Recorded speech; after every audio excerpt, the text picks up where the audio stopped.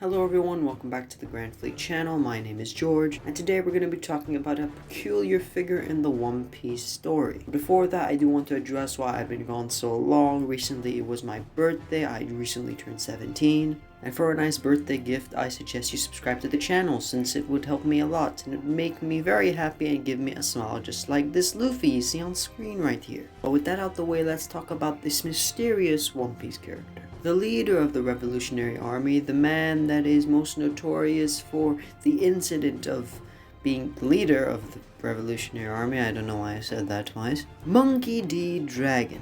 A man so mysterious people call him the most wanted man on the planet. Now I will be giving spoilers for chapter 1079 and chapter 1080 for the manga and of One Piece right now, so if you're not caught up, I suggest you go catch up because it's amazing. But now back to Dragon. So with chapter 1079 finally showing us Shanks' true Haki power, and chapter 1080 showing us Garp's galaxy impact. Literally, it was a huge impact. People on Twitter, which you can go follow me on by the way, are speculating that 1081 will be Dragon's chapter. Since we saw the red-haired pirates, the Blackbeard pirates in chapter 1079, in chapter 1080 we saw the Marines, chapter 1081 could be the Revolutionary Army. So we might finally see Monkey D. Dragon in action. Now people for years have speculated what could be this man's power. Is it a wind type fruit, Paramecia, Logia, probably Logia? Or is it some type of mythical zone fruit, modeled human wind man? Or he could be like his father, where he's a pure Haki master, where he can put galaxy impacts out of his nose. But all we're going to be doing in this video is speculating, seeing hints that are in the anime, the manga, mostly the manga, about his powers and what he could be doing in the future. But with that, let's now talk about when we first met Dragon. Dragon was introduced in chapter 100 of the manga and episode 52 of the anime. Now Dragon in the manga is portrayed very differently to the anime, because in the manga, he just kind of appears out of nowhere, where this wind comes out of nowhere. When the wind comes out of nowhere, he tries to hold himself back, unlike in the anime where he stands there while the wind is pushing him. Seems like he is one with the wind. Also, the anime people from Toei decided, hey, let's do something stupid and make the wind green, even though it's not green. So with the green wind that Toei Animation put into their anime, and the manga and the anime seeing very different, with the anime having more traction, people decided, hey, Dragon probably has a wind Logia. Which is definitely possible, but it'd be a very boring video if I said, oh, he has a wind Logia and I ended it right here. No, let's go crazy with it. Let's go even deeper. Now for those of you that have finished Wano and read past chapter 1044, now we know that Luffy's devil fruit, the Gomu Gomu no Mi, is no longer the Gomu Gomu no Mi, and was always the Hito Hito no Mi, Sun God Nika. But for any of the keen-eyed fans, this is not the first time the Sun God has been mentioned in the series. Way before Wano, back in my favorite arc, Skypiea. When the Skypiea Nolan flashback, one of the best flashbacks in the series by the way, we see a girl about to be sacrificed to an altar for the Skypiea god. Of course, while her mother is crying because her daughter is about to be sacrificed, she says she's going to be reuniting with the Sun God. Now the Sun God, now we know, is Luffy, or the embodiment of Luffy, since he's eating the devil fruit, which probably was owned by the Sun God.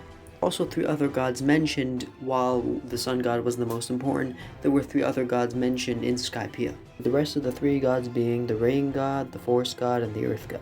Now the Rain God is kind of confirmed to already be revealed in One Piece, with the Rain God being Kashigami, a huge snake that lived on Jaya years and years and centuries ago, with descendant being Nola, the snake that ate Luffy in Skypiea. But with the remaining gods being the Forest God and the Earth God, it's still a mystery. But what if one of these gods' wills transferred into a devil fruit, similar to Luffy's Sun God Nika fruit, and dragonated?